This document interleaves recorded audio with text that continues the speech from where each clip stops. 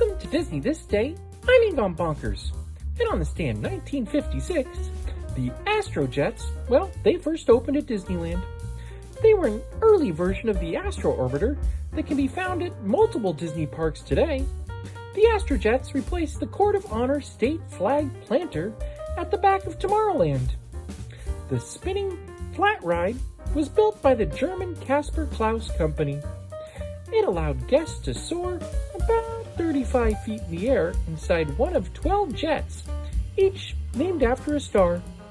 The attraction saw a name and location changes many times through the years, but it still delights guests today, and it debuted 70 years ago today. Do you remember it? Or maybe did you go on it? I didn't. I'm too young. Anyway, have a magical day.